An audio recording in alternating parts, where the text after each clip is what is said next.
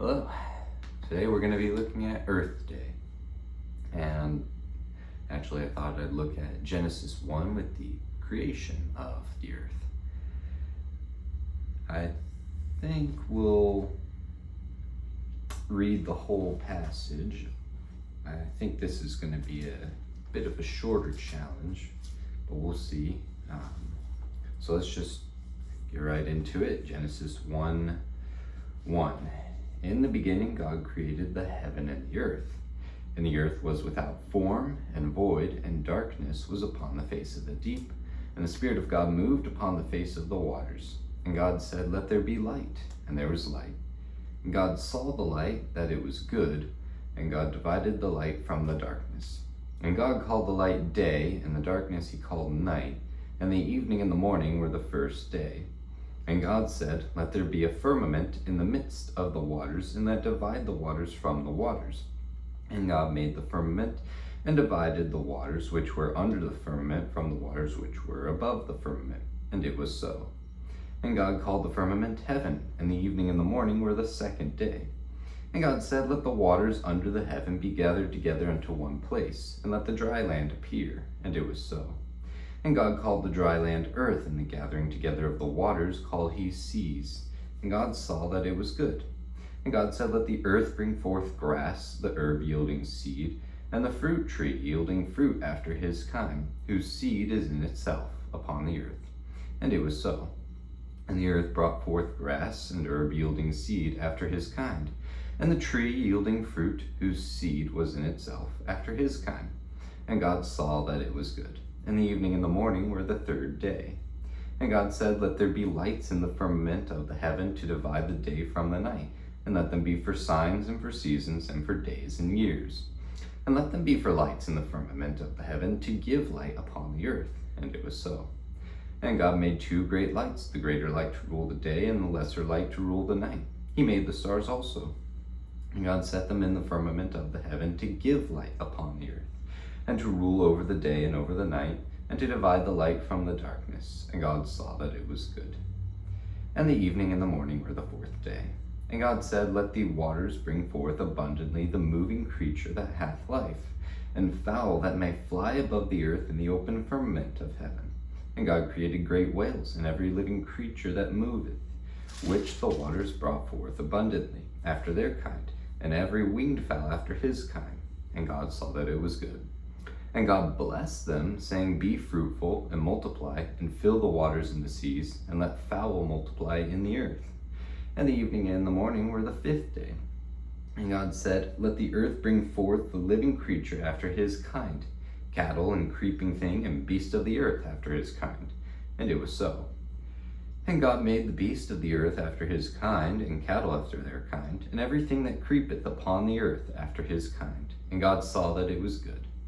And God said, "Let us make man in our image, after our likeness, and let them have dominion over the fish of the sea, and over the fowl of the air, and over the cattle, and over all the earth, and over every creeping thing that creepeth upon the earth."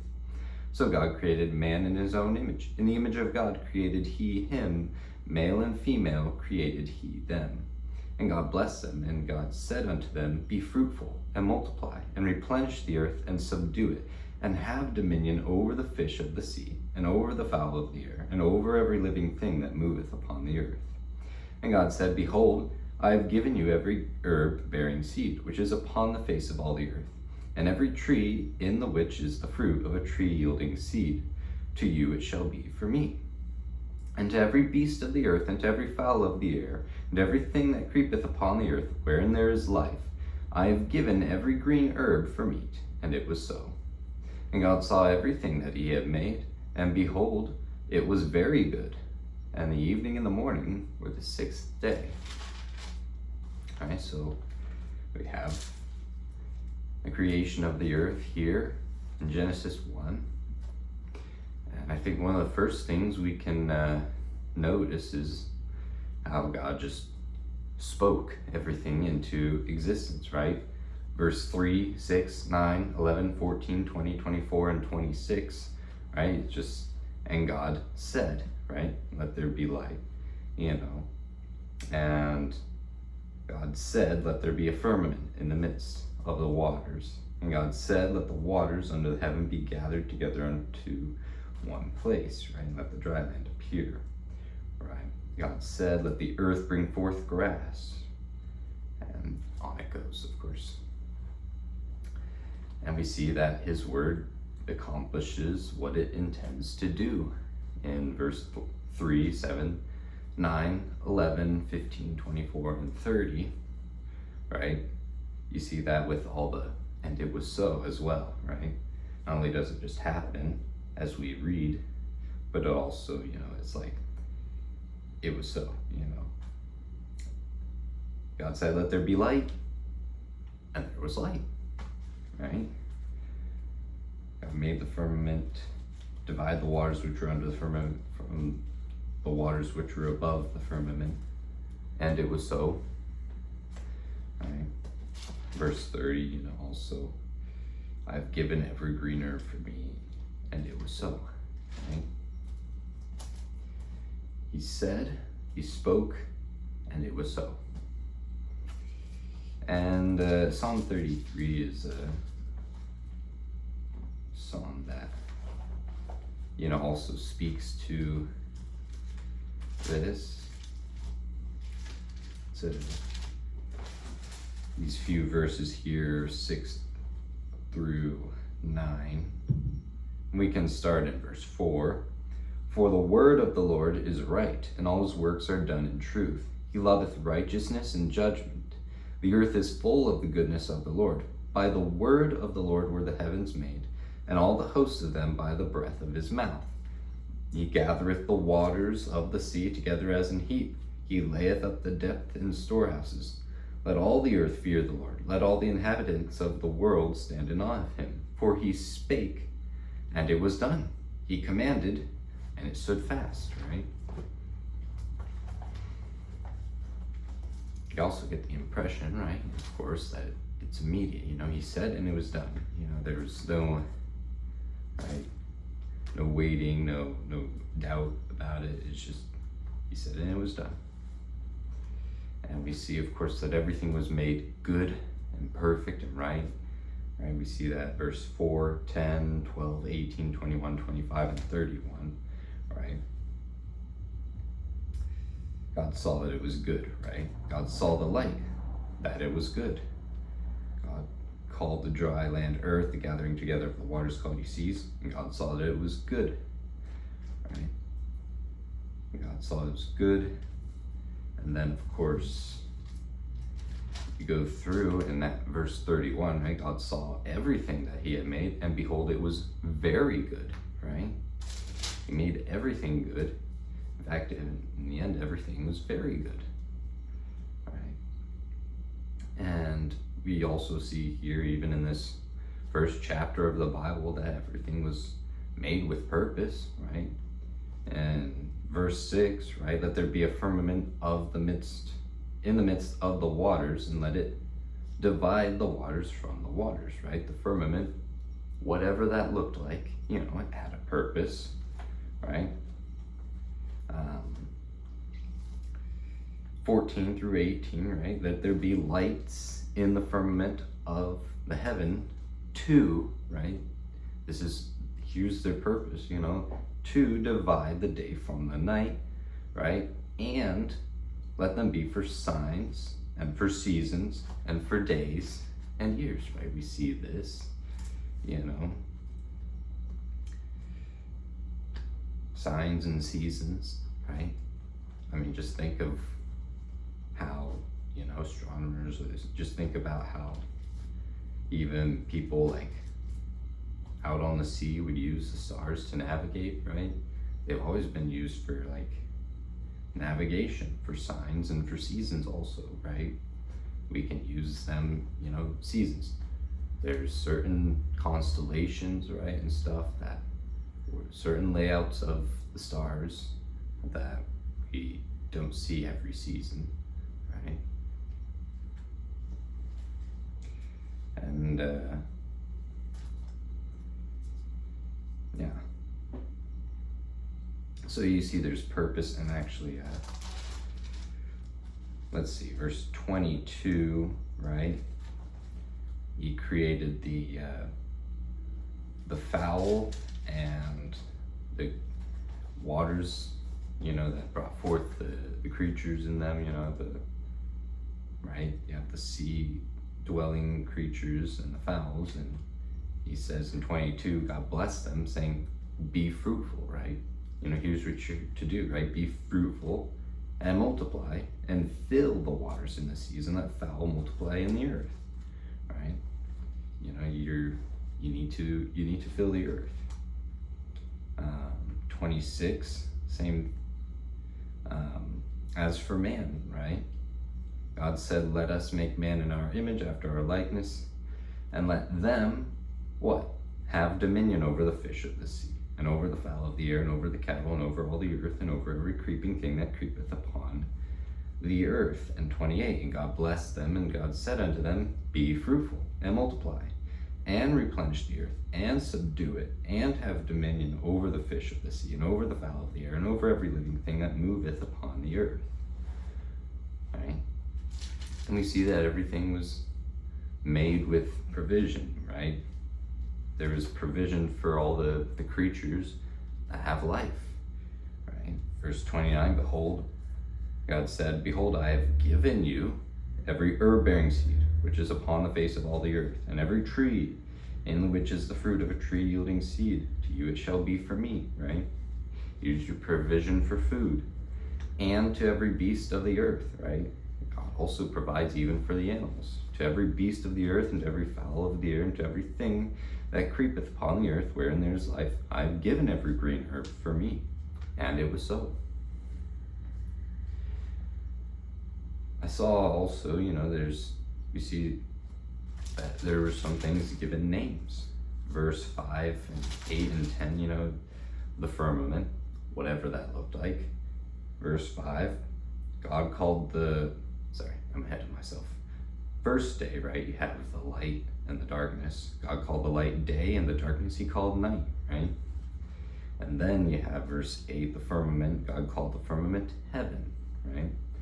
And then verse 10, you have God called the dry land earth, and the gathering together of the waters called he seas, right? So you see these things given names, and those are the ones where it specifically says, that he called whatever, this name, right?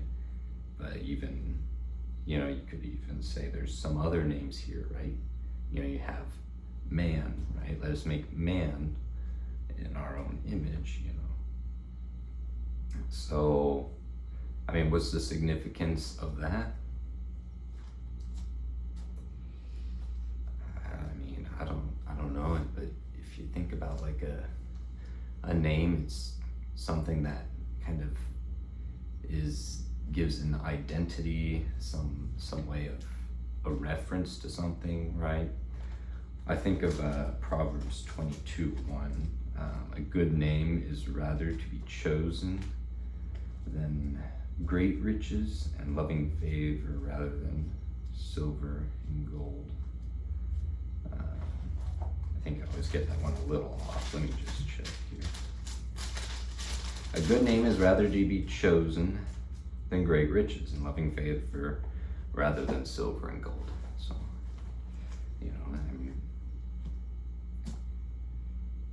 we see the significance of the names, that the Lord gives people in Scripture. Often, like Peter, right, who is Cephas, or Simon, right, but he said your name is going to be Peter, right? And you see with Jacob, it's like your name is going to be Israel, and of course also in the language, right, names, had a little bit of meaning behind them as well. The names would just have a meaning, like let's see if I can, like Naomi, right? You may have heard like Naomi from the book of Ruth. Her name is like sweetness, my sweetness, or something like that. And But then she says, don't call me Naomi anymore when she comes back after like her sons and her husband has died. She says, call me Mara, which is bitterness, right? But then no one actually refers to her that way. Yeah. So, names have significance. But I think we'll just move on. We see, an identifiable time frame here, right? Verse 1, in the beginning, right? This is the beginning. Verse 5, called the light day, darkness he called night, evening and the morning were the first day. Verse 8, 13, 19, 23, right? The evening and the morning were the second day, right? God called the firmament heaven, and evening and morning were the second day. 13, evening and the morning were the third day. Evening and the morning were the fourth day. Evening and the morning were the fifth day, right? And then 31, God saw everything they made. Behold, it was very good. And evening and the morning were the sixth day, right?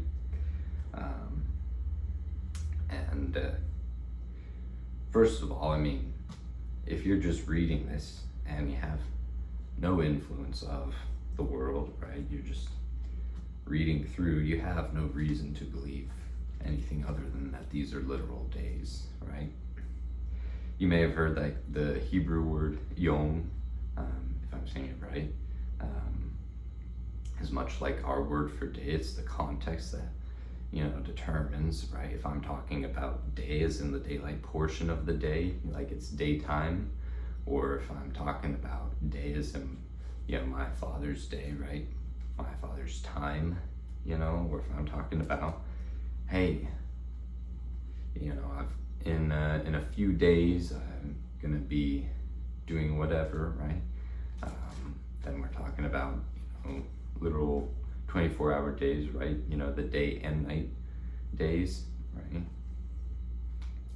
And in much the same way, when the word is paired with the pair of evening and morning, it's a 24-hour day, right? Or, a full day, right? Or if there's a number behind it, right? Same, much like how we use the word day. There's no need to make things confusing where they shouldn't be, right? When we have a number next to it, it's that we're talking about full days, right? And also when we talk about the combination of day and night, that also helps it.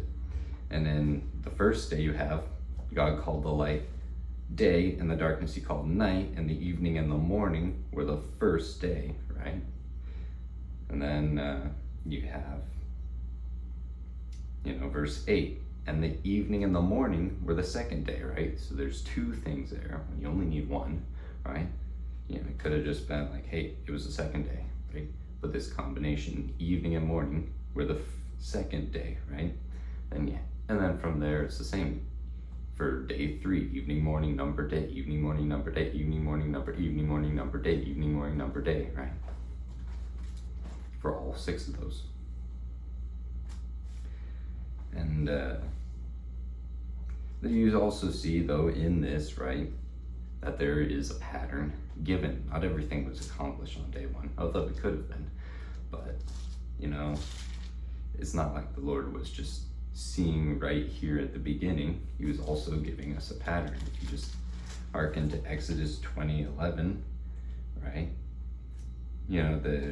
It's the 10 Commandments. He says, remember the Sabbath day to keep it holy. 6 days shalt thou labor and do all thy work, but the 7th day is the Sabbath of the Lord thy God. In it thou shalt not do any work, thou nor thy son, nor thy daughter, nor thy manservant, nor thy maidservant, nor thy cattle, nor thy stranger that is within thy gates.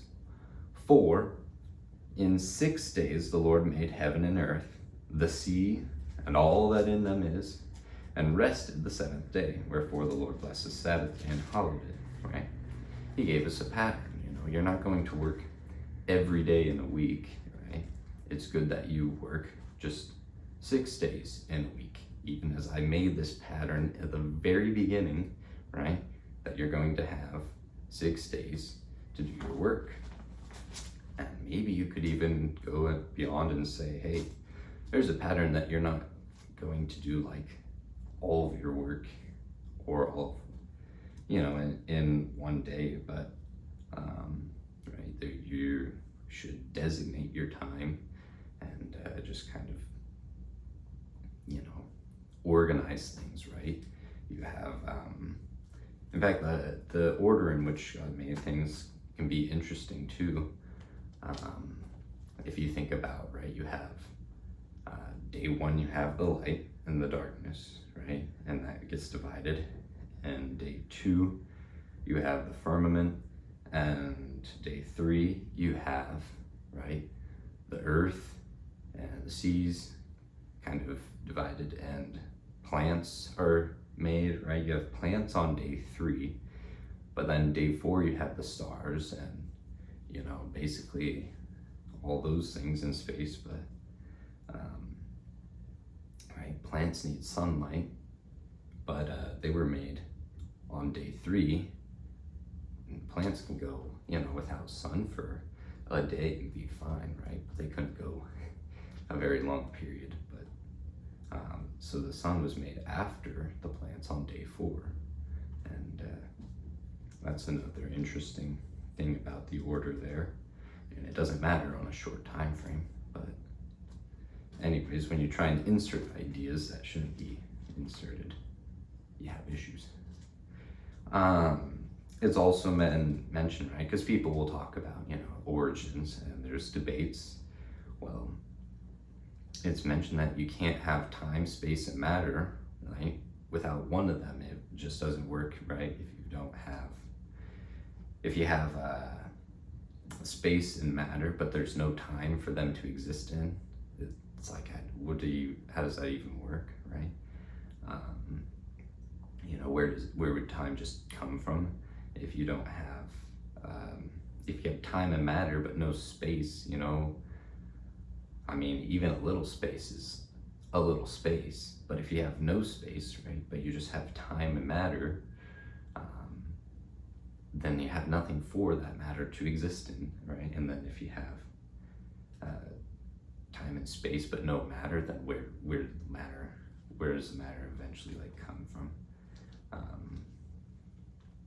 And probably could be better explained by someone more intelligent than me.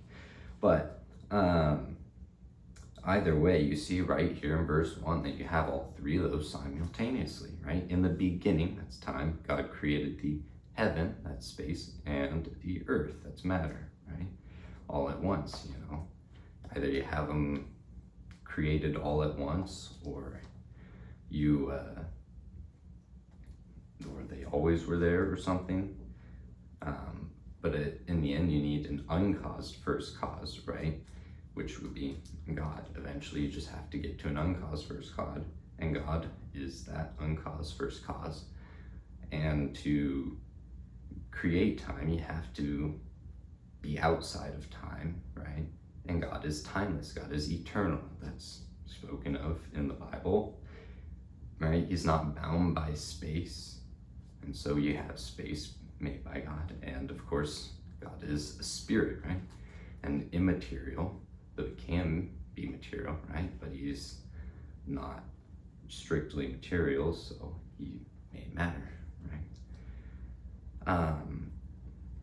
But just moving on, I also noticed, we have the Godhead from the beginning. Without even having to go into the Hebrew, we can look at a couple interesting verses, right? You have the Spirit of God moving upon the face of the waters in verse 2, but 26, right? It's where you have some interesting grammar here, right? Because God says, let us, who's us, right? Let us make man in our image, after our likeness, right? But then if we do get into the Hebrew, you see that you have the word Elohim, right? Which is plural, speaking, it's the plural form of God, but then grammatically is used singularly, which is another interesting thing there. But I think we'll keep moving on, right? Because when you think of Earth Day, right, we often think of, I guess, sort of celebrating the earth, and also what people do for the earth, in a sense. And And I think we should take a look at man's role in creation. So yeah, now we're just gonna move right into the next thing, simply man's role in creation. And we already looked at this briefly here in Genesis 1, 26 through 29, right? God said, "Let us make man in our image, after our likeness, and let them have dominion over the fish of the sea, and over the fowl of the air, and over the cattle, and over all the earth, and over every creeping thing that creepeth upon the earth," right? So God created man in his own image. In the image of God created he him, male and female created he them. And God blessed them. And God said unto them, "Be fruitful, and multiply, and replenish the earth, and subdue it, and have dominion over the fish of the sea, and over the fowl of the air, and over every living thing that moveth upon the earth." Right? So first of all, right, man's role in creation. Actually, I have to keep going. And God said, "Behold, I have given you every herb bearing seed, which is upon the face of all the earth, and every tree in the which is the fruit of a tree yielding seed, to you it shall be for me," right? So yeah, man's role is to have dominion in the earth and to inhabit it, right? To replenish, to subdue, to multiply, to be fruitful, right? Also, we can look at Genesis 9, right? God blessed Noah, so you have the flood that just happened, and they just exited, and God blessed Noah and his sons and said unto them, "Be fruitful and multiply and replenish the earth. And the fear of you and the dread of you shall be upon every beast of the earth, and upon every fowl of the air, and upon all that moveth upon the earth, and upon all the fishes of the earth. Into your hand are they delivered. Every moving thing that liveth shall be meat for you. Even as the green herb have I given you all things. But flesh with the life thereof, which is the blood thereof, shall ye not eat.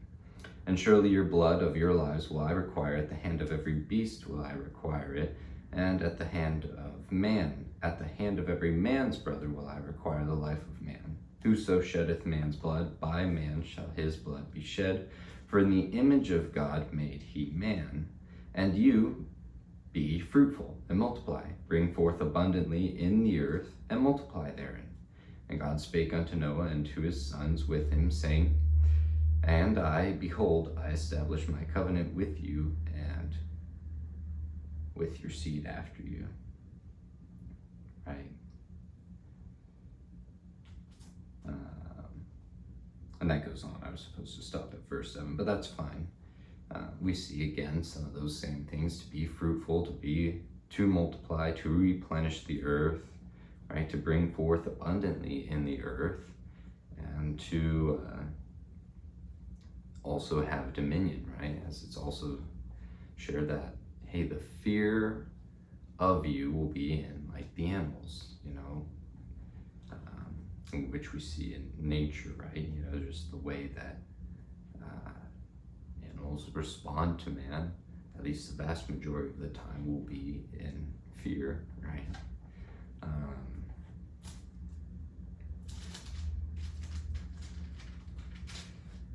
So that's kind of rehearsing that, but let's now move on to Psalm 8, because there's another role, and there's actually quite a few verses on this point, but another role is to glorify God, right? "O Lord, our Lord, how excellent is thy name in all the earth, who has set thy glory above the heavens. Out of the mouth of babes and sucklings hast thou ordained strength, because of thine enemies, that thou mightest still the enemy and the avenger. When I consider thy heavens, and the work of thy fingers, the moon and the stars which thou hast ordained, what is man, that thou art mindful of him, and the son of man, that thou visitest him? For thou hast made him a little lower than the angels, and hast crowned him with glory and honor. Thou madest him to have dominion over the works of thy hands. Thou hast put all things under his feet, all sheep and oxen, yea, and the beasts of the field, the fowl of the air, and the fish of the sea, and whatsoever passeth through the paths of the seas. O Lord, our Lord, how excellent is thy name in all the earth. All right, you just continue to see that man just made a special creation for sure, and has an important role, kind of in, I guess if we wanted to say it in perhaps a brief summary, just sort of the maintenance, right, and overseeing of the earth, the caretaking, right, of the earth and of the creatures in it. But there's more to man's role than that, of course, right? And their role is also to bring glory to the Lord as much as the rest of creation brings glory to the Lord. There's another role, and that is simply, of course, to do right, right? God is holy, he is just, he is righteous, and the judge of all the earth, right? And also man's role is to do right, right? And as much as it pleases the Lord. In Ecclesiastes 12, 13 and 14, we see this, right? Where you have Solomon, and is the wisest man on earth, and he says, hey, I did everything, I looked everywhere, I beheld everything, and I saw, hey, vanity of vanities, all is vanity, it's like this thing happens and that thing happens, and it's all vanity, right? But at the end of it, he says, hey, let's hear the conclusion. Let us hear the conclusion of the whole matter. Fear God and keep his commandments. For this is the whole duty of man. For God shall bring every work into judgment with every secret thing, whether it be good or whether it be evil, right? The conclusion of the matter, the whole matter, fear God and keep his commandments, right? This is the whole duty of man, right? To do right. And we see another role is to be good stewards, right? Of course, in 1 Corinthians 4, 1 and 2, we see some of this principle here. Let a man so account of us as of the ministers of Christ and stewards of the mysteries of God. Verse 2, moreover, it is required in stewards that a man be found faithful, right? And as much as it's described so far, we do see almost that essentially we are stewards of the earth, the resources that we have just in our lives in general. We are stewards of all the things that God has given us, and we are to be faithful and wise in all that, right? To have that discretion, that discernment, that moderation, balance, right, in all things, right? And this, so that goes from our lives, right, to our relationships, and then that can also extend, to who we are as citizens, and not only of, right, our country, but of the kingdom of heaven for believers. And we are to be good stewards then also of, right, the entire earth, if you want to think of it that way, and if you just keep going broader, right? But everything, in moderation, right? We've seen in history when we've gone too far, right? It's like, hey, we think this is a good idea, which is dangerous, but we think this is a good idea. Let's introduce such and such thing to help with whatever, and then, oh no, we lost control, and now that was too much, and yeah, there's a few examples of that in history, right? So we have to have wisdom in all that we do, right? And I think I think especially in today's world, we can easily go overboard. So this actually gets into our next point, right? We can easily go overboard, and we also need to be careful not to put things above God, right?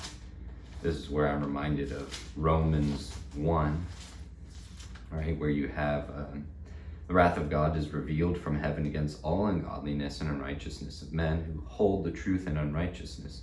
Because that which may be known of God is manifest in them, for God hath showed it unto them. For the invisible things of him from the creation of the world are clearly seen, being understood by the things that are made, even as eternal power and Godhead, so that they are without excuse.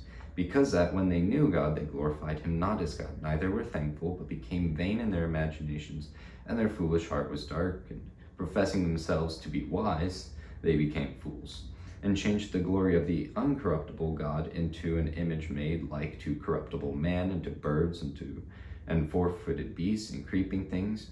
Wherefore God also gave them up to uncleanness through the lusts of their own hearts, to dishonor their own bodies between themselves, who changed the truth of God into a lie, and worshipped and served the creature more than the Creator, who is blessed forever. Amen. So, and then it goes on, of course, but serve the creature more than the Creator, right? So nothing is to take first place above God, and that goes the same for creation, right? And I think the final thing we can glean, when we look at the creation, right? And we see the beauty of creation, sure, and the design and the complexity, and just all these things that, are astounding for no reason. It could feel like, and we can see the Lord in it. But there's, of course, we are not ignorant. There's another thing we see, and we see that there is also brokenness in creation, right? There's corruption and brokenness, and this is where we come to Romans 8:22, for we know that the whole creation groaneth and travaileth in pain together until now, right? So there's another thing we can be reminded when we look at creation, and that is just that sin corrupts, right? It's a reminder of that. Also, think of there's Romans 8:22, Romans 5:12, wherefore as by one man sin entered into the world, and death by sin. So death passed upon all men, for that all have sinned, right? Yeah, thorns and thistles is another thing. And James 1:14, but every man is tempted when he is drawn away of his own lust and enticed. Then when lust hath conceived, it bringeth forth sin, and sin, when it is finished, bringeth forth death. And there's also Romans 6:21, what fruit had ye then in those things whereof ye are now ashamed? For the end of those things is death, right? Sin corrupts, and it brings forth death, right? Sin is very closely associated with death, and with decay, and with corruption, right? And so that's something that we can also be reminded of when we see the brokenness of this world, right? Because we are not ignorant, to the brokenness of this world, even as much as this world acknowledges the brokenness of this world, and even not so much in like just the sinfulness and the wickedness, but even just things that simply go wrong, and you have all the natural disasters too, and all these things that go on, and it's, for us, it can be a great reminder of what sin does, and a great warning to always remember, just have no part with sin. It's not good, and it will destroy. But anyways, I think that's all I have for thoughts, just trying to keep it simple, and thank you for listening.